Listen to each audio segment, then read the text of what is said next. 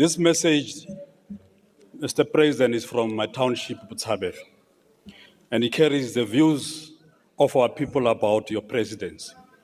We have listened to the president, the chief whip of the former liberation movement, and some of the ministers. It seems like everyone is tired.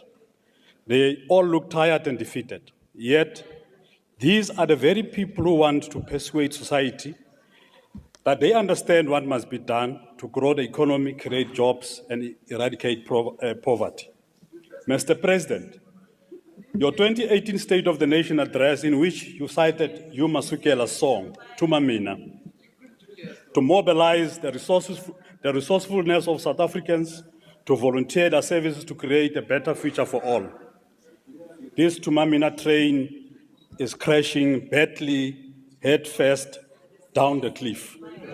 This train has taken a tumble off the cliff into a tangent, sidetracked into a deep, bottomless pit of hell. Your budget vote speech today was another repeat of hollowness, emptiness, and wallowed into nothingness, which has become the hallmark of your presidency. Mr. President, your Tumamina has now become more synonymous to your name and the failed new dawn of reforms, a fight against corruption and restoring the nation's hope during your presidency. With Tumamina, you blasphemously invoke Isaiah's prophetic conversation with God, like your predecessor, who claimed that the ANC will govern until Jesus comes. You crossed the line. How blasphemous. Indeed, you ask to be sent to deliver on your promises of being a trusted servant. Instead of taking us to Nineveh, where are you taking us to, Mr. President? You are choosing to take us to Tarshish. How voters responded to your deceitful and cunning detour in your presidential journey. They punished you and your party for betraying the trust and breaking your promises of a better life. This was clear sign that you asked, you were given, and went your way with your criminal network syndicates. What has your presidency delivered? Collapsed economy, destroyed by ESCOM and load shedding, junk status, corruption, chronism, violent crimes, abuse of drugs, rising levels of unemployment amongst the youth, high cost of living, chronic poverty amongst the poor, and widening inequality. More than 12 million people are unemployed. More than 28 million people depend on social grants, not by choice, but because their government has failed them. Violent crimes has become part of our daily lives. Daylight robberies, cash in transit heist, and killing are now woven into the fabric of South Africa. How about Tubaru Huena, Opaletswe, Hlulehile, Ibile Zuma, Unale Betir. Utsebe hore, Uhlulehile le kannete mokhalaju. Opalwa ke Zuma. You're often credited as a humble leader. Mr. President, too much humility renders a person gullible, indifferent, aloof and divorced from reality, and distant from the suffering and the vulnerable. You will be remembered as worst president, worse than your predecessor. This will be your legacy. This is how you shall be remembered. You had ample opportunities to redeem yourself, but failed. In all cases, you are like a discredited biblical Babylonian figure called Balzarah, who went on a drinking spree, feasting and drinking with the underworld criminal syndicates and drug cartels, with the money looted and laundered by your comrades, associates, and criminals like Vusimuzi Ket Matlala and his types, when the poorest of the poor are dying from hunger. Mr. President, we have lost all the sanctity of a man who can be trusted, of moral high ground and ethical leadership. Your leadership has become tested, weighed, and found wanting. Your legacy will be the privatization of strategic function of state-owned enterprises, You have handed over the core functions of roads construction, ports, rail, and energy to the friends, families, cronies, and even criminal syndicates. That is why a member of the Freedom Front Plus stands here and lectures us about BEE, transformation, and the transfer of wealth from minority whites who benefited from apartheid to the majority of our people. It is not true that you are privatizing Eskom, Transnet, Prasa, Dinel, and other state-owned enterprises because the private sector has got no money. They do not have money. This is a tactic by the bullying DA that supervises and leads the collision between the D and the ANC that tells the private sector to come and invest without taking any risk because government carry all the risk. That is what your Minister of Finance has said every time he tabled his many budgets. This bubble built on falsehood will blow up one day. It was in these hollowed walls in 2015, faced with scandals after scandal, when your predecessor was described as a constitutional delinquent and a social scum, that you defended him. And you have got the courage and audacity to remind us of how bad he was, yet you are part of his administration. Why? You and him are birds of the same feather. Jelle, ek moet vir jou sê, as 'n kwessie aan die saak van 'n soort soek soort. Aan een perd se prys. President, you want the people of South Africa to believe you are dealing with crime and corruption. Yet the head of the NPA, Advocate Batoyi, who has now been in office for almost 7 years and should be retiring next year, unless you extend a term of office for another 2 years, just told the nation that NPA is captured by people working to undermine its effort. We wrote to you, President, and said that despite our usual criticism of commissions of inquiry, this case made by Advocate Batoyi was a case in point for you to act and appoint a commission of inquiry, but you did nothing. We do not blame those who now say that you are part of a very criminal syndicate. They are busy investigating because to many South Africans, they cannot see the difference between the criminals and yourselves. Finally, President.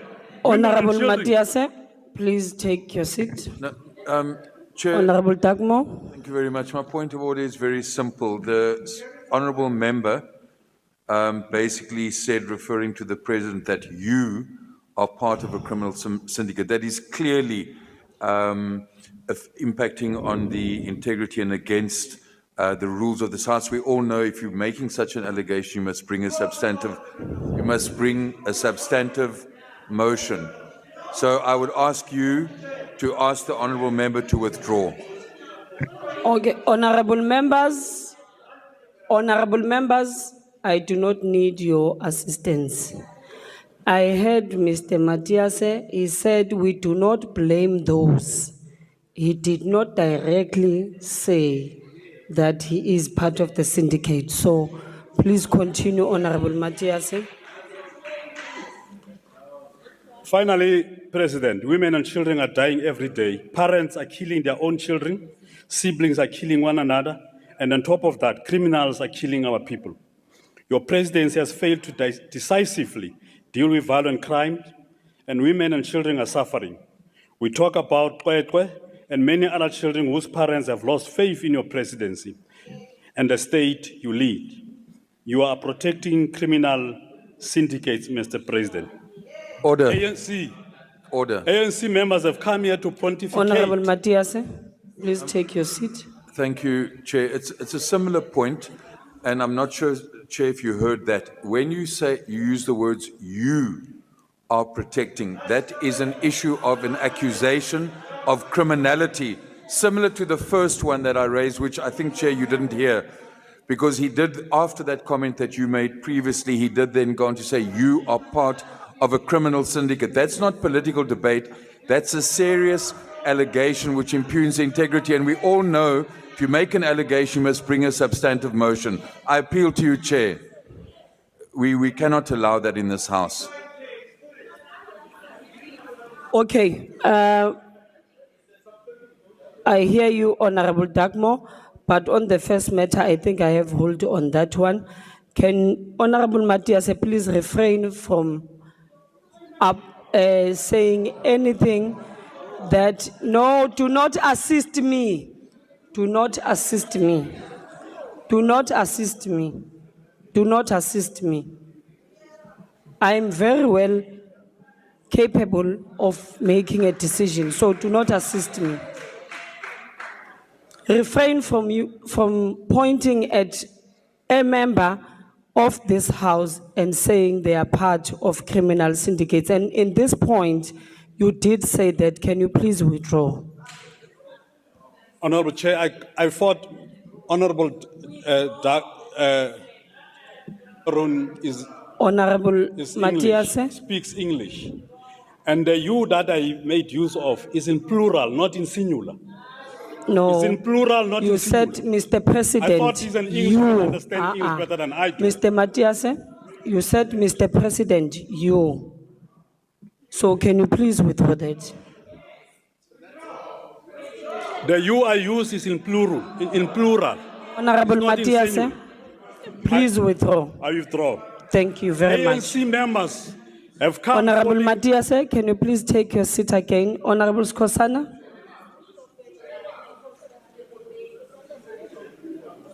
Use the other mic. Chair, thank you. Chair, what I'm raising to you now is that when Honorable Dagmo raised his hand, he never quoted any rule. But when it comes to some of us, you want the rule. Is that fair, Chair? No.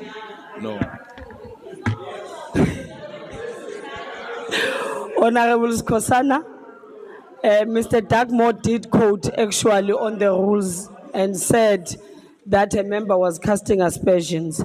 When you quoted a rule at that time, you quoted the wrong rule, which did not speak anything about the Guptas. So can we please proceed? Honorable Matiase, please proceed. Thank you so much, Honorable House Chair. ANC members have come here falling over each other, pontificating about the destruction of state-owned enterprises under his rule of 31 years and blame it on honorable members of MK who were legitimately deployed as deployed cadres of the ANC. Who must take the blame for that rubbish? Than the ANC itself. Honorable Mhlauli falsely accuses the EFF for not knowing the law. It was both in our media statements we released and the letters we wrote to the president, cautioning him about the decision he took to appoint Professor Kashalia, that he quoted the wrong constitutional section, and we wanted to tell him that Section 98 cannot apply in the appointment of Professor Kashalia, and the president was ill-advised and misapplied himself to hurriedly put Mr. Mkhunu on paid leave and appoint his friend, Professor Kashalia.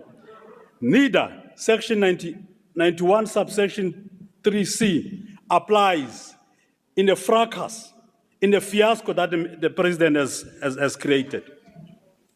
Lastly, you are making mockery, Mr. President, of supreme sacrifices of more than 360 years of struggles, gallant struggles against apartheid colonialism. Mr. President, you are a disgrace. Do an honorable thing. Order. Hang your head in shame and resign to salvage the little of what remains from your diminishing. Honorable Matiase, Of your can you diminishing. please take a seat? Please keep time because Take I've got 1 a minute. seat. No, your time has been paused. Honorable member? I don't think it's parliamentary for the member to say the president is disgraced. He must withdraw. Thank you. Honorable members, honorable members, honorable members, I want us to do this. We debate in this house, right? The deputy minister of the ANC came here and said to the MK, the judge in Tonton was a disgrace. You kept quiet, you didn't raise a point of order. It can't, it must go either way. So, in that, it is a point of debate. Continue, Honorable Matiase. I want to repeat. Order. Mr. President, you are a disgrace. Order. Hang your, do an Honorable honorable thing. Matiase, can you please take a Order. seat? Honorable TM, Honorable No, House it's not. Chairperson, I want to raise an order on you. One, you can't expect the ANC to call an order on behalf of MK, as you are saying. And here, we are not following feelings or whatever, we're following the rules of Parliament. Now, we of the ANC, honorable members, honorable We- members from the MK, can you please keep quiet? we of the ANC picked up that the honorable member on the podium said what he said. So you cannot prejudice us for what they did not pick up, Bona. So we're raising a point of order on what the honorable member is saying, and it is unparliamentary. Thank you very much. And unfortunately, that word disgrace is not in the unparliamentary book. So you can go and check it out, rephrase yourself, and put more information on that. It is not there. So You should I will have not said allow what you said. Honorable, You must withdraw. Honorable TM, I will not allow you to do that. Honorable Mahambe Hlala, I will not allow you to do that. I have ruled on this member. You see, when you throw other things on other people, you must accept the same thing as well. It can't be that when you throw them and then you don't accept them back. You can't be thin-skinned when it comes to such debates.